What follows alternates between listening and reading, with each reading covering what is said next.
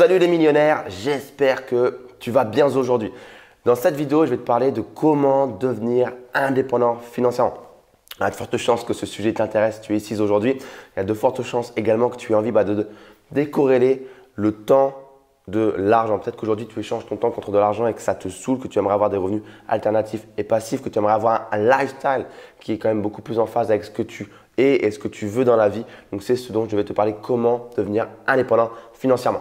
Donc, avant qu'on commence la vidéo, première chose, abonne-toi à la chaîne YouTube. C'est très important pour que tu puisses recevoir plein d'autres vidéos sur l'entrepreneuriat et l'investissement. Et également, je vais te faire deux cadeaux. Le premier cadeau, c'est mon livre papier, des bancs de la fac à l'indépendance financière.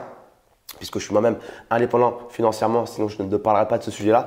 J'ai atteint l'indépendance financière à 23 ans, moins de 3 ans, et je te parle de tout mon parcours, mes réussites et mes échecs et tout ce que j'ai suivi step by step dans ce livre que je t'offre. Tu as juste à payer les frais de livraison et ça arrive chez toi. Deuxième cadeau, il te suffit de lire la barre de description également. Tu vas retrouver le lien pour trouver le livre et tu vas également trouver un lien pour récupérer un pack de bienvenue au contenu 100% secret. Voilà, c'est un petit pack de bienvenue. Il y a 6 cadeaux à l'intérieur. Je ne sais pas exactement ce qu'il y a pour que tu sois un petit peu curieux. Va le récupérer. Il devrait fortement te plaire si tu souhaites commencer à amorcer ton indépendance financière. Donc, dans cette vidéo, je vais te donner plusieurs conseils et plusieurs, démarches que tu dois suivre pour t'orienter vers l'indépendance financière pour comprendre comment ça fonctionne de devenir indépendant financièrement. Donc, le premier concept que j'aimerais te partager aujourd'hui, c'est qu'il faut comprendre que tu dois devenir un producteur. Malheureusement, aujourd'hui, tu le vois autour de toi, peut-être que toi aussi, c'est ta réalité. Les gens, ils consomment tout ce qu'il y a autour d'eux. 90%, si ce n'est plus, des gens consomment tout ce qu'il y a autour d'eux. Que ce soit la télé, les journaux, les réseaux sociaux, ça scrolle sur Instagram, ça regarde ce que font les autres, ça consomme beaucoup de contenu. Et pour devenir indépendant financièrement, là où tu vas devoir faire un switch, ça va être en devenant producteur. Le producteur, c'est celui qui génère du contenu, qui génère des choses pour les gens. Et au lieu de regarder ce que font les gens, laisse les gens regarder ce que tu fais toi finalement.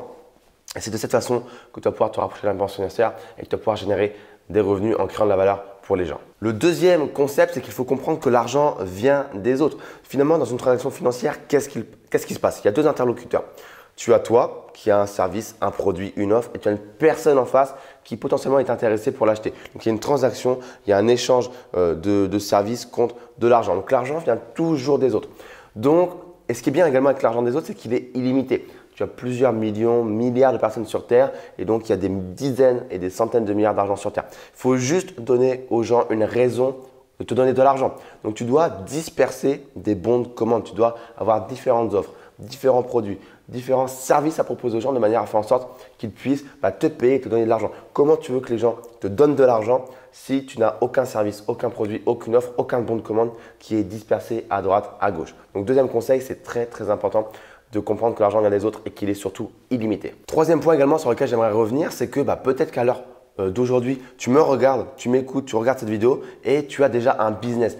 Et tu te dis, ouais, mais c'est bien tout ça, c'est cool tes conseils, Raph, mais moi j'ai déjà un business et malheureusement, j'arrive pas à faire d'oseille, je galère tous les mois, je suis ric-rac. Je bosse énormément. Voilà, quand on est entrepreneur, généralement, on bosse énormément ou du moins au début. Et je comprends pas, j'ai pas les résultats. Ça dépasse pas. J'ai pas les espérances souhaitées, quoi. Je bosse trop par rapport à ce que je génère. Et c'est malheureusement un sentiment que beaucoup d'entrepreneurs ont. Alors, il y a deux cas de figure. Le cas de figure où c'est entièrement normal, c'est-à-dire qu'entrepreneur, au début, il faut charbonner potentiellement dans le vide, c'est-à-dire tu mets beaucoup d'efforts et d'énergie pour potentiellement très peu de résultats parce qu'il faut construire la machine et qu'il y a un travail invisible et qu'ensuite, après, ça paye. Donc ça, c'est le premier cas de figure et c'est plutôt normal. Mais il y a le second cas de figure où tu as des entrepreneurs qui réellement, ils sont là, ils galèrent, ils struggle comme on dit et ils ont du mal à générer des revenus et c'est ric-rac. En fait, ils se disent « non, mais… c'est que ça marche pas, c'est que le business il est pas bon, c'est que l'industrie elle est pas bonne, c'est que les clients ils payent pas pour ce genre de service ou de produit. » Non, en fait, ce qu'il faut regarder, c'est que s'il y a d'autres personnes dans votre industrie qui font de l'argent en vendant les mêmes services, les mêmes produits, les mêmes offres ou des offres similaires que vous, le problème, ce n'est pas le marché, ce n'est pas l'industrie, ce n'est pas vos clients.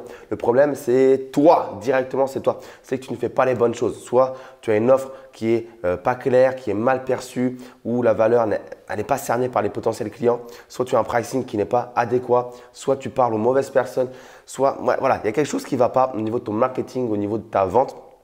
Mais ce n'est certainement pas l'industrie et le marché, c'est toujours l'entrepreneur, celui qui a la tête. Comme on dit, généralement, le poisson est plus au niveau de la tête. Donc voilà, c'est toi le problème généralement. Concept très important également, c'est qu'il faut comprendre que tu dois résoudre des problèmes en créant de la valeur. Problème encore, je le mets toujours entre guillemets parce que moi, j'aime pas le mot problème. Pour moi, il n'y a pas de problème. Il n'y a que des challenges, il n'y a que des opportunités de se dépasser, de trouver des solutions. Et c'est exactement ce dont je te parle dans mon livre Des bancs de la fac à l'indépendance financière. Il y a un chapitre entier vers la moitié du livre qui s'appelle voilà, être entrepreneur ou monsieur problème et où je te dis qu'en fait, être un entrepreneur, le métier d'entrepreneur, c'est quoi? C'est de trouver toujours des solutions et de créer de la valeur, de trouver des solutions pour tes clients. Par exemple, quand tu achètes un appartement qui est dégueulasse, qui est pourri, que tu le retapes, tu crées de la valeur pour un futur locataire qui va être logé dans un bel appartement qui est rénové et qui a un bon standing. Quand tu loges quelqu'un, tu crées de la valeur pour lui, tu réponds à son besoin primaire sur la pyramide de Maslow. Tu connais l'échelle, la pyramide de Maslow, peut-être que tu la connais ou pas, je t'invite à te renseigner dessus. Le besoin primaire, la première fondation, la première brique, c'est les besoins primaires, c'est se loger, s'habiller, se nourrir, manger, boire, etc. Quand tu as un business sur Internet, je ne sais pas, en personal branding, où tu traites d'un sujet et que tu traites d'un sujet, tu réponds à des questions, tu réponds à des problèmes, voilà, tu trouves des solutions à des problèmes, à des challenges que certaines personnes ont. Par exemple, en faisant cette vidéo, quand je te dis comment devenir indépendant financièrement, c'est peut-être quelque chose que tu souhaites devenir, une personne que tu souhaites devenir, et je t'apporte des réponses, j'essaie de trouver des solutions à tes problèmes, à tes interrogations. Donc ça, c'est très important, tu crées de la valeur également.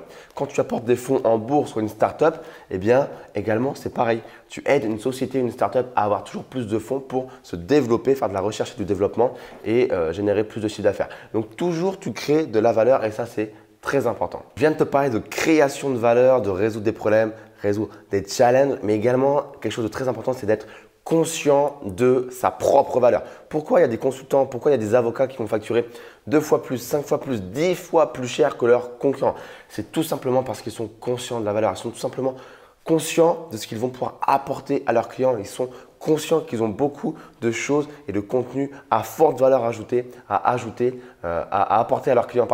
Donc, à partir de là, ils sont conscients, ils sont rassurés, ils ont de la confiance en eux et ça ne leur pose aucun problème de facturer des prix chers parce qu'ils savent que ce qu'ils vont raconter à leurs clients va leur permettre potentiellement de faire gagner x5, x10, x100 ou vont permettre d'économiser beaucoup d'argent et ce sont des conseils de haute valeur très très pertinents. Donc, il faut vraiment être conscient de sa valeur. Quand on vend quelque chose, un produit, un service, il ne faut pas brader le prix en se disant ouais, mais si je mets trop cher, je ne vais pas vendre. Et si je ne mets pas très cher, je vais attirer beaucoup de personnes, comme ça je vais faire du chiffre. Non, si tu ne mets pas assez cher, tu ne vas pas attirer forcément les bonnes personnes. Alors que si tu mets cher et que tu es conscient de ta valeur, tu vas pouvoir faire beaucoup plus de chiffre d'affaires, plus de bénéfices, attirer des clients haut de gamme qui seront beaucoup moins chiants et qui vont être conscients que tu n'es pas n'importe qui, tu as des vrais conseils et que les vrais conseils, ça se paye. Autre conseil que j'adore, c'est de rencontrer des gens d'horizons différents. Pour devenir indépendant financièrement, tu dois vraiment essayer de rencontrer un maximum de personnes et pas forcément que des entrepreneurs ou que des investisseurs. Rencontre des gens de tout horizon. Il y a un professeur de l'université du Michigan qui a fait des recherches pendant 20 ans. Dis-toi 20 ans, ce n'est pas une petite recherche t'as compris.